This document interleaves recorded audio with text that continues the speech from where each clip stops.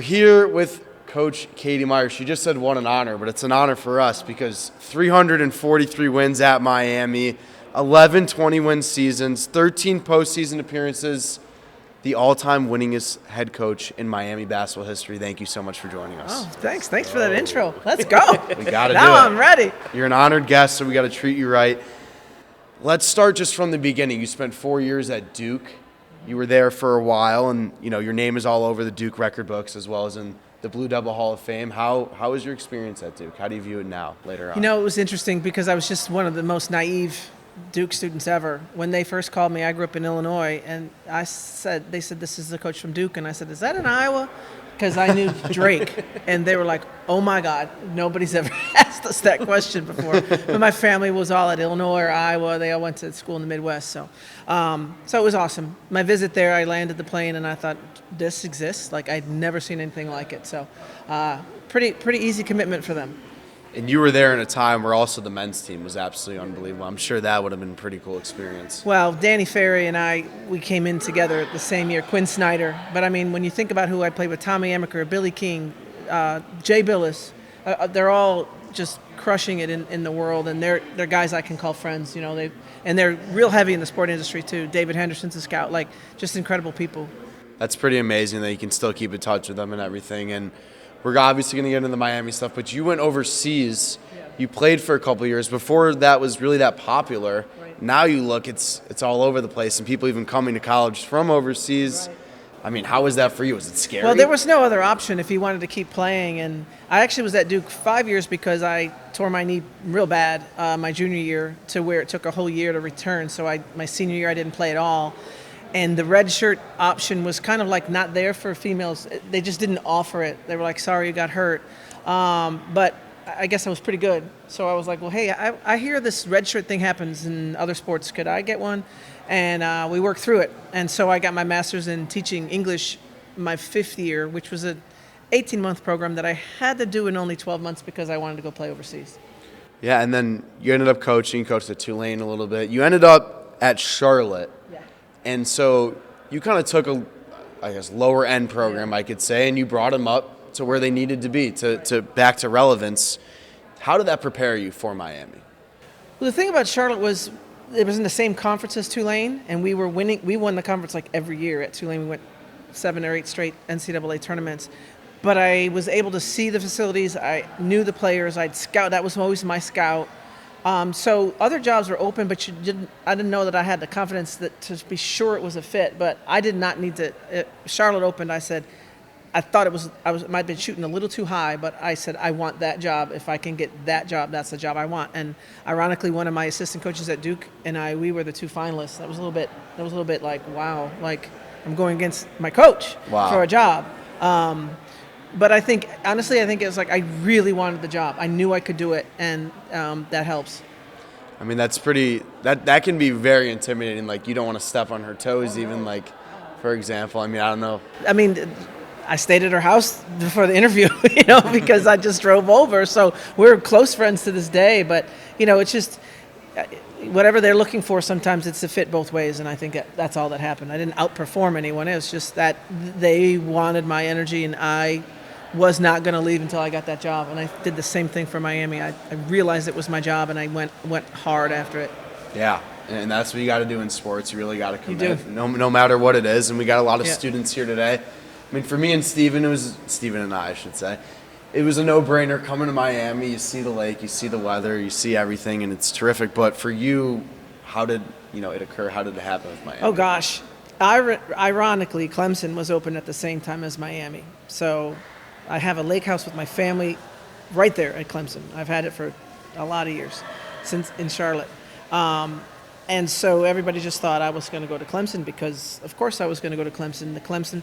It was Charlotte. I mean, recruiting the same kids. We had beaten Clemson, so I'm like, I know I can do this job. We're better. So, and wow, that was just not a fit for me. It was just administratively, leadership-wise, they weren't all in on the vibe I got from Miami was, 20% basketball, 80% find me interesting people. How do you build leaders? How are your players received on campus? All the questions about being an educator almost felt like I would be a dean of a department. I mean, they really made you feel that way. Donna Shalala, Pat Whiteley, throwing me softballs in the interview at the Atlanta airport. I was looking at Pat like, help me, and she was just, I had never met her, but I thought that's a woman I want to work for or work with. Yeah. And it was just same thing. I had interviewed at Clemson. I drove to the Atlanta airport. Now I'm in the car driving back to Charlotte, making all these decisions, and I pulled the car over. I said, I got to clear my mind. Number one, I never knew a place like Miami existed, so I'm pulling this car over. I called Connie Nickel, who was running the search, senior women's administrator, and I said, this is for me. I know that I didn't think a job like this existed, so that's my job, and I don't want anyone else coaching it. I'm probably losing a lot of negotiating power right now. I might have been third out of the 3 people you interviewed. If there's a shot, just so you know, no question, I'm going to turn down Clemson even though I don't have this job. I'd rather stay at Charlotte and coach in a place I believe in or have this reaction that I had to Miami. And then I drove off, and, I had to wait a couple days, but yeah, I got the call. It must be crazy going from being a player and all that to now you're a coach. Now you really got to prove yourself in a different way mentally and communicatively. Right. I mean, you talk to players all the time. You hear from them. What does it feel like to kind of hear their perspective from a coach right now? Nah, I mean, it's like she said, it's different for the players that I've come across, especially that Coach Katie has coached in the past. We were just talking about a story where former players would actually come get hairs. Her girls would come get haircuts by me in the locker room. But it's funny because at the time it was one of the players. The guy players would make sure, hey, when they're in here, we gotta go. The girls, this is their time. So seeing how it's grown from then until now, and finally you're a legend, Coach. Like, I love what you've brought to this program, and the girls, the way they carry themselves around me outside of the locker room says a lot about you and what you've done for this program. I think as a coach, I would always, so if you had a meeting with me and you got in trouble, right? So my other meetings, we'd be on my couch watching film, real casual. But if it was like the meeting where you're in trouble and I got to document this meeting, right, then you were at my desk. Otherwise, all the other meetings were, come on in, we're family, let's go, door open. So they'd sit there and I'd sit here. And any office I ever was a head coach in, there were 2 words behind the players. It was inspire and encourage. And then I put 1 word behind me as big as I could, and it was dream.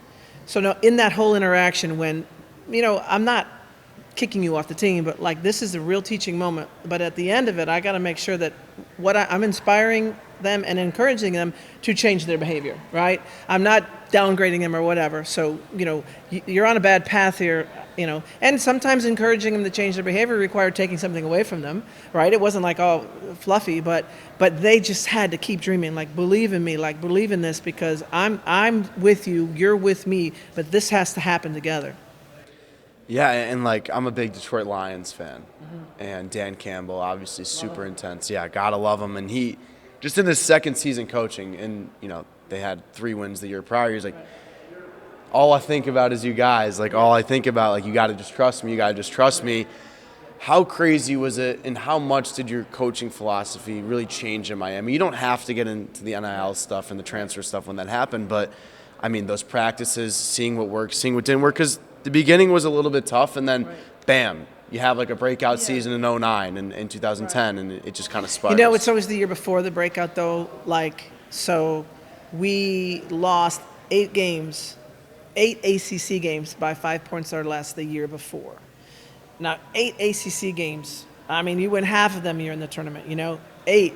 So, and the people that missed the shot or turned the ball over or whatever were Shanice Johnson and Raquana Williams, and they were sophomores. So that wasn't that hard to think we got something pretty special here. I don't need to think about that last play except that, my God, they took it. They wanted it. They had the ball. So the next year, we win all of them. And then suddenly I'm on the brink of getting fired to, oh, I'm sorry, you're National Coach of the Year, right? I did not go to coaching camp between the 8 losses by 5 points or less. And we didn't change a lot. Of course, I study all the time. I'm a very curious person. Like, please teach me something. Like, I want to learn something today. That's why I'm here. But at the same time, like, you also say, no, I believe in what we were doing, and they're not going to miss those shots again. Well, they made them all, and that's sometimes it. But now I think it's just so volatile that those plans that you have, those dreams that you have, the vision that you have, that you might not make it 2 years with the same kids. And that's difficult for me, for the way I build my programs. I mean, I can only imagine. Yeah. I've heard I would have been heartbroken had they both left, and I wouldn't be the coach here had they both left. And LSU, and they would have taken them. So, I can't imagine it now, and it's a difficult time. There's so many different examples I want to bring up of this kind of situation with what's going on, and whether it's Dusty May literally getting off the plane back to Ann Arbor, right on another plane, right to go coach, or right to go recruit instantly because it's the biggest 2 weeks of the season. Right. Literally, is right after them winning the national title. And then, another thing, like, I'm mentioning Michigan guys because I'm from Michigan, so grew up with that basketball. Sounds like he's a Michigan guy. Yeah, Why are we letting him get away with this? Can we Yeah. do something? Miami. No, it's Miami ride or die, obviously, but even like a Tom Izzo, he's been around forever and he hates it. He's still coaching, but he hates it. He can't develop these guys. I mean, what's going to happen? Because I'm even talking to someone on the side, like a player, I'm not going to disclose his name, like he says he's getting $1 million from Miami. He's debating transferring for $2 or $3 million. It's just unfair for these people. Right. Do you think something changes? Or? Well, I mean, here's the deal. Like, and Mario Cristobal is a great example of it. Like, what are the rules? What do I need to do? Okay, I shift. They say SHIT happens and you add an F and you shift, right?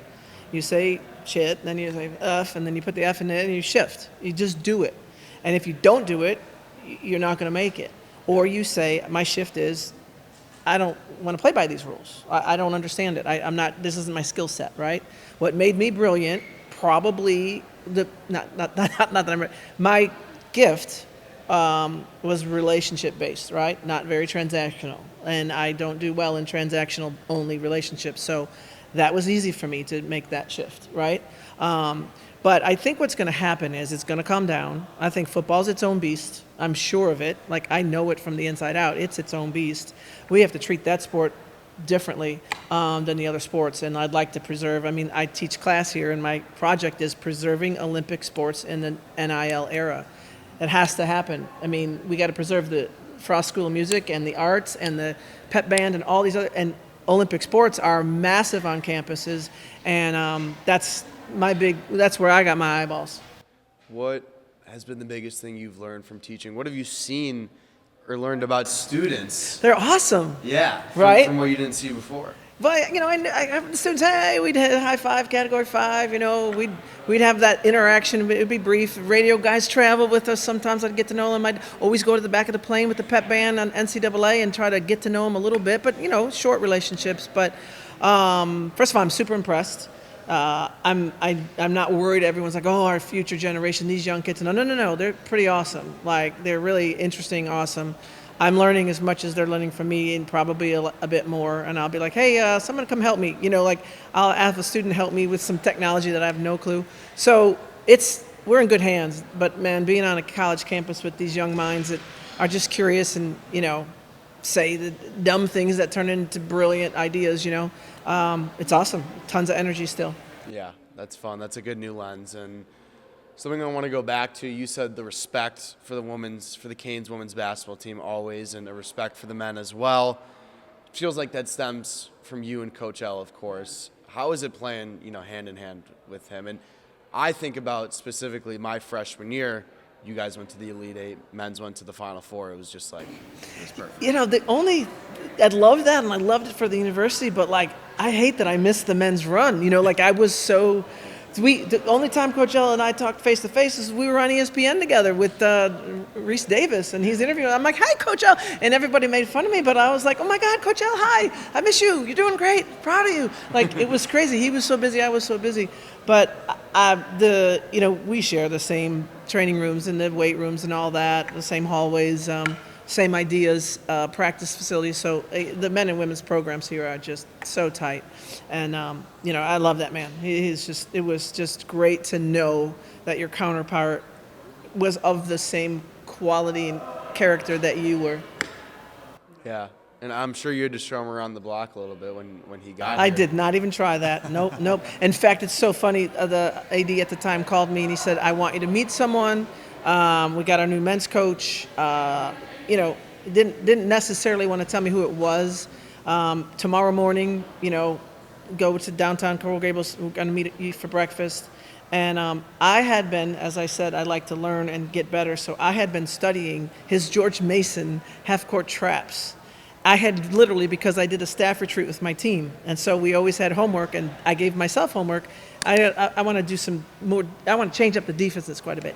I just had watched Coach L. Now he was a little younger in these videos, and I was even up that morning watching it. And I walk into this Coral Gables breakfast place, and I'm like, Jim Laird, hey, wow, how cool! And that's really true. And he was like,